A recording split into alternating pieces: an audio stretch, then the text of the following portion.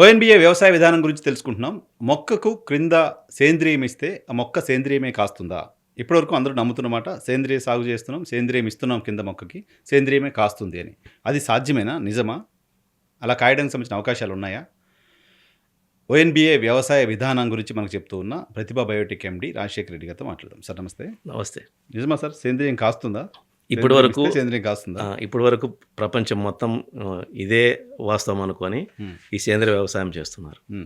అంటే ఈ పండించే వాళ్ళు కూడా గొప్పగా చెప్పుకునేది కానీ ప్రచారం చేసే వాళ్ళు కూడా చెప్పేది ఏంటంటే సేంద్రియ ధాన్యం అంటే ఆర్గానిక్ గ్రెయిన్స్ కానీ ఆర్గానిక్ వెజిటబుల్స్ కానీ ఆర్గానిక్ ఫ్రూట్స్ కానీ రావాలంటే కింద సేంద్రియం మాత్రమే ఇవ్వాలి. సో ఈ సేంద్రియం ఇచ్చినప్పుడు అది సేంద్రియాన్ని తీసుకొని పైన సేంద్రియ కాపును మనకి ఇస్తుంది, దిగుబడిని ఇస్తుంది అనేది ప్రచారంలోకి తీసుకొచ్చేసి చేస్తున్నారు. అందువల్లనే మనం గత ఎపిసోడ్లో చెప్పుకున్నట్లు అది నిజమనుకోనే సో మనం పైన సేంద్రియం కాపించాలంటే కింద సేంద్రియం మాత్రమే ఇవ్వాలేమో అన్న దాంట్లోకి వెళ్ళిపోయారు. సేంద్రియం కాయదేమో అన్నట్టు దాంట్లోకి వెళ్ళిపోయారు. ఈ ఎపిసోడ్లో మనము అసలు ఈ ఆర్గానిక్ లేదా సేంద్రియం అనే దాని గురించి ఒక క్లారిటీ ఇద్దాం ఫార్మర్స్కి కానీ ప్రచారం చేస్తున్న వాళ్ళకి కానీ. ఎవరైనా సరే రైతులు కానీ ఎవరైనా ప్రచారం చేస్తున్న ఈ సేంద్రియ ఆర్గానిక్ వెజిటబుల్స్ ఆర్గానిక్ ఫ్రూట్స్ వీటి గురించి ప్రచారం చేస్తున్న వాళ్ళు చెప్తున్న వాళ్ళ గురించి మీ దగ్గరికి వచ్చినప్పుడు అసలు సేంద్రియ పదార్థం అంటే ఏంటి అనే దాని మీద ఒక క్వశ్చన్ వేయండి. జనరల్గా మనము సాఫ్ట్వేర్ ఇంజనీర్స్ కావచ్చు, లేదా బాగా చదువుకున్న వాళ్ళు కావచ్చు, ఎవరైనా కావచ్చు, సహజంగా ఈవెన్ మీ నుంచి కూడా వచ్చే ఒక సమాధానం ఉంటుంది. మామూలుగా మీరైనా ఆర్గానిక్ వెజిటబుల్స్ ఆర్గానిక్ ఫ్రూట్స్ అంటే ఏమని చెప్తారు మీరు? పెస్టిసైడ్స్ అవి వాడినవి, కెమికల్స్ వాడకుండా పండించినవి అనేది ఉంటుంది జనరల్గా. అంతే, జనరల్గా 99.9% ఇదే చెప్తారు. కానీ సైన్స్ ప్రకారం ఆర్గానిక్ మీనింగ్ వేరు. దాన్ని తీసుకొచ్చి అగ్రికల్చర్లో ప్రవేశపెట్టి, అంటే అగ్రికల్చర్లో ఆర్గానిక్ అనే పదం ఉంది, కానీ దేనికి వాడాలో అది దానికి వాడకుండా పండ్లకు కూరగాయలకు ధాన్యానికి వాడి యూఎస్పీ అయిపోయింది ఇప్పుడు అమ్ముకోవడానికి. అది ఒక కమర్షియల్ వర్డ్గా వాడారు తప్పనిచ్చి సైన్స్ ప్రకారం అది కాదు. ఆర్గానిక్ కాంపౌండ్ లేదా సేంద్రియ పదార్థము అంటే అర్థం ఏంటంటే సైన్స్ ప్రకారము ఇది మనకు 8వ తరగతిలోనే వస్తుంది. బాగా చదువుకున్న వాళ్ళు గుర్తు పెట్టుకున్న వాళ్ళు ఒక్కసారి గుర్తు చేసుకోండి. అందరూ చదువుకున్నారు 10వ తరగతి వరకైనా కనీసం చదువుకుంటారు. రైతులు చాలామంది ఉంటారు 10వ తరగతి వరకైనా చదువుకున్న వాళ్ళు. ఒక్కసారి గుర్తుకు తెచ్చుకోండి. మనకు 8వ తరగతి నుంచి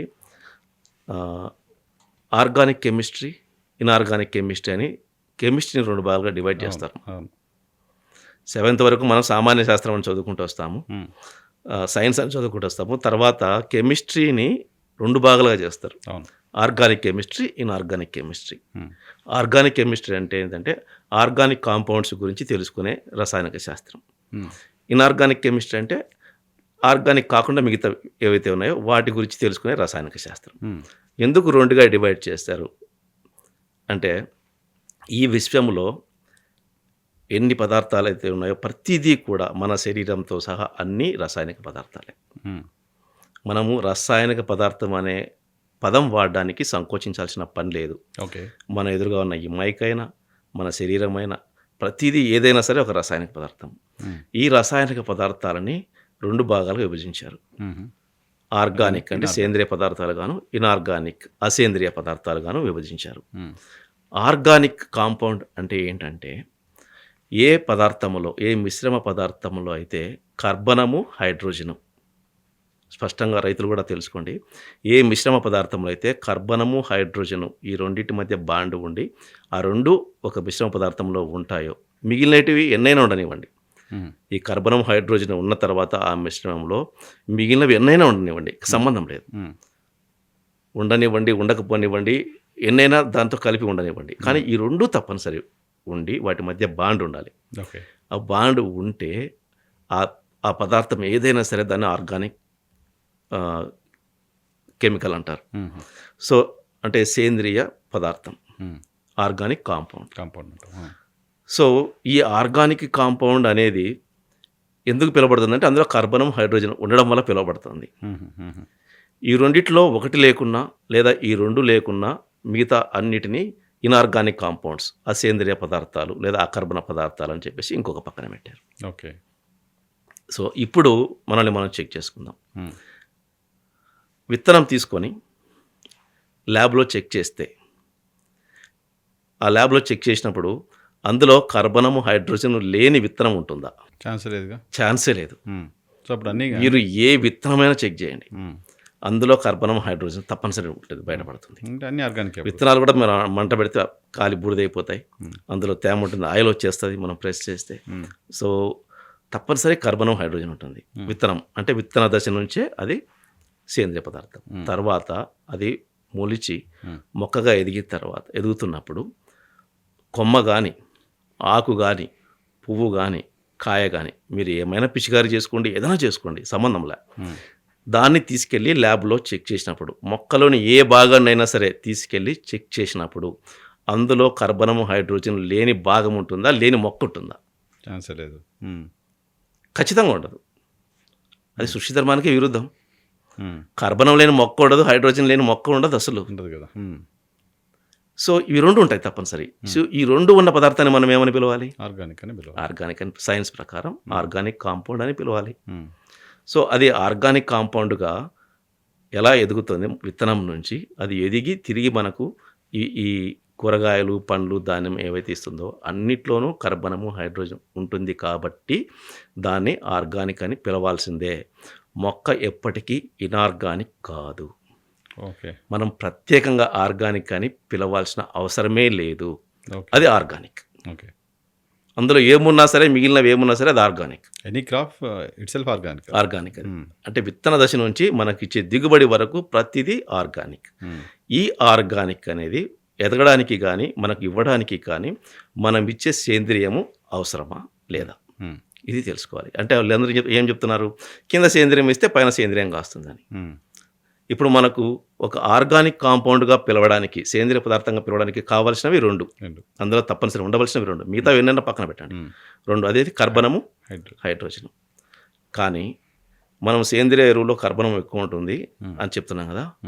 సేంద్రియ ఎరువులో ఇచ్చే మన కర్బనం ఏదైతే ఉందో అది భూమి కోసం మాత్రమే. ఓకే. మొక్కకి కాదు. మొక్క వేరు వ్యవస్థ నుంచి కర్బనాన్ని తీసుకోదు. ఓకే. మనం బయట నుంచి ఇవ్వాల్సిందే, ఎయిర్ నుంచి తీసుకుంటుంది. గత ఎపిసోడ్లో మనం చెప్పుకున్నాం. అంటే మొక్క కార్బన్ డైఆక్సైడ్ని తీసుకొని కర్బనాన్ని లోపల పెట్టుకొని ఆక్సిజన్ని బయటకు వదులుతుంది. అక్కడ జరిగే ఒక కిరణజన్య సంయోగక్రియ అనేది పత్రహరితం ఏర్పడడానికి ఆకులో జరిగే కిరణజన్య సంయోగక్రియలో కార్బన్ డైఆక్సైడ్ లోపలికి తీసుకుంటుంది. ఆ రసాయనిక చర్యలో కర్బనము దాంట్లో పార్టిసిపేట్ చేస్తుంది, అందులో భాగస్వామ్యం అవుతుంది, ఆక్సిజన్ బయటకు వెళ్ళిపోతుంది. అంటే కర్బనం ఎక్కడి నుంచి వచ్చింది? గాలి నుంచి వచ్చింది. తర్వాత హైడ్రోజన్, ఈ హైడ్రోజన్ వేరు నుంచి పైకి వచ్చిన నీటి నుంచి తీసుకుంటుంది. సో కర్బనము, హైడ్రోజన్ ఎక్కడి నుంచి వచ్చినాయి? ప్రకృతి నుంచి వచ్చినాయి. మనం ఇచ్చే సేంద్రియ పదార్థం నుంచి రాలేదు. సో మొక్క తనకు తానుగా అది జన్మతః సేంద్రియ పదార్థము, అది ఎదగడానికి అవసరమైనటువంటి ఆ సేంద్రియ పదార్థంగా ఎదగడానికి అవసరమైనటువంటి కర్బనము, హైడ్రోజన్ కూడా ప్రకృతి నుంచి తీసుకుంటుంది. అది మనం సప్లై చేయట్లేదు. ఓకే. సో ఆ కార్బన్ డైఆక్సైడ్, గాలిలో ఉన్న కార్బన్ డైఆక్సైడ్ ప్లస్ నీరు, ఈ రెండింటిని పైకి తీసుకున్నప్పుడు కర్బనము, హైడ్రోజను ఆ కిరణజన సంయోగక్రియలో కలిసిపోతాయి. మిగిలినవి పోషకాలు ఏవైతే ఉన్నాయో అక్కడ కూడా మిగతావన్నీ పార్టిసిపేట్ చేస్తే అవి మన తర్వాత చెప్పుకుందాం. కానీ సేంద్రియ పదార్థంగా పిలవడానికి అవసరమైనటువంటి కర్బనము, హైడ్రోజన్ అనేటివి ప్రకృతి నుంచి, గాలి నుంచి కర్బనాన్ని, భూమిలో నీటి నుంచి హైడ్రోజన్ తీసుకొని అది సేంద్రియ పదార్థంగా ఎదుగుతుంది, సేంద్రియ పదార్థంగా ఉంటుంది ఎప్పటికీ నిరంతరం. సో మనిషి దాన్ని సేంద్రియ పదార్థంగా మార్చట్లేదు. మరి ఎందుకు ఈ క్యాంపెయిన్ అంతా? Commercial campaign. సో ఇక్కడ ఆర్గానిక్ అనే పదాన్ని తప్పుగా తీసుకొచ్చారు. మనకు కావాల్సింది రెసిడ్యూ ఫ్రీ. దానికి ఒక పదం ఉంది, రెసిడ్యూ ఫ్రీ అనేది ఒక పదం ఉంది. రెసిడ్యూ ఫ్రీ, ఆర్గానిక్ రెండు ఒకటి కాదు. Okay. What is residue free? Residue ఫ్రీకి ఆర్గానిక్ అనే పేరు నామకరణం చేశారు, వీళ్ళు చేశారు నామకరణం, సైన్స్ ప్రకారం కాదు అది. ఓకే. ఆర్గానిక్ అంటే ఇంతే మీనింగ్, దానికి ఖచ్చితమైన శాస్త్రీయమైనటువంటి వివరణ ఇదే. ప్రతిదీ ఆర్గానిక్. అప్పుడు ప్రతిదీ ఆర్గానిక్ అంతే. నువ్వు ఏ పండించిన పంట, మొక్క ఏదైనా సరే ఆర్గానికే. నువ్వు పురుగు మందులు స్ప్రే చేసిన అది ఆర్గానికే. అంటే పురుగు మందులో ముంచి ఒక కూరగాయని లేదా ఒక పండు పురుగు మందుల్లో ముంచి దాన్ని తీసుకుని ల్యాబ్లో చెక్ చేయండి, అందులో కర్బనం, హైడ్రోజన్ ఉండదా? అదే ఆర్గానికే కదా. ఆర్గానికే కదా. సో మనం చెక్ చేయాల్సింది దేనికి? రెసిడ్యూ అంటే అవశేషాలు, బయట నుంచి వచ్చిన అవశేషాలు అందులో ఉన్నాయా లేదా చెక్ చేయాలి, అంతే. అవి రెసిడ్యూ అని పిలుస్తాం మనం వాటిని, అవశేషాలు రెసిడ్యూ. ఆ రెసిడ్యూ లేకపోతే రెసిడ్యూ ఫ్రీ. ఓకే. నువ్వు రెసిడ్యూ ఫ్రీ అని చెప్పి అమ్ముకో. ఓకే. ఓకే. ఆర్గానిక్ అని అమ్మకు. హుహు. వింత ఏందంటే ఈ విషయంలో 2 రకాలు అనుకున్నాం పదార్థాలు. హ్మ్. రసాయనిక పదార్థాలు. మొత్తం ఆర్గానిక్, రసాయనమయం ఇదంతా. Organic, inorganic. అంతే కదా! ఒక స్టాల్‌లో ఒక కూరగాయల షాప్‌లో పెద్ద పెద్ద మాల్స్‌లో కూడా పెడతారు కదా! ఆర్గానిక్ అని పేరు పెట్టేసి కొన్ని క్రేట్స్‌లో పెట్టింటారు కదా! మిగతావి నార్మల్‌గా పెట్టింటారు. వాటికి పెట్టింటారు. ఇప్పుడు ఇక్కడ ఆర్గానిక్ అని బోర్డు పెట్టావు అంటే బోర్డు పెట్టనివేంటి? ఓకే. ఇనార్గానికా? హ్మ్. అంతే కదా! అంతే మనం కదా! చెప్తున్నాం కదా! అంతే కదా! అపోజిట్ వర్డ్ అదే ఇవి కదా! ఆర్గానిక్ అని పెడుతున్నావంటే కూరగాయలకు, పండ్లకి హ్మ్. బోర్డు పెట్టనివేంటి? ఆర్గానిక్ అయి ఉండకూడదు. ఆడ పెట్టాలి మరి. హ్మ్. ఇనార్గానిక్ వెజిటబుల్స్, ఇనార్గానిక్ ఫ్రూట్స్ అని పెట్టాలి. హ్మ్. ఈడ బోర్డు పెట్టావు కదా! హ్మ్. హ్మ్. హ్మ్. ఆడ కూడా ఇనార్గానిక్ అని పెట్టు. ఇది ఆర్గానిక్ కాబట్టి ఇది ఆర్గానిక్ కాదంటే ఇనార్గానికే ఉండేది. ఈ విషయంలో ఆర్గానికా, ఇనార్గానికా రెండే ఉన్నాయి. ఓకే. ఇంకా వేరే లేవు. Okay. That is the only word residue free. అంతే. ఆ! సో వాడాల్సింది రెసిడ్యూ ఫ్రీ. హ్మ్.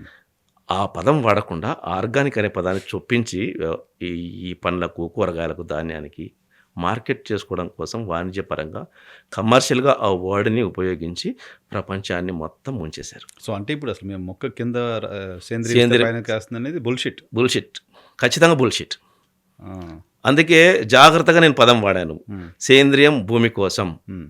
పోషకాలు పోషకాలు మొక్క మొక్క కోసం. అంటే నువ్వు ఇచ్చిన సేంద్రియం కింద ఏదైతే సేంద్రియం ఇస్తున్నావో అది భూమి కోసం. ఇది చెప్పండి రైతులకి. హ్మ్. హ్మ్. హ్మ్. హ్మ్.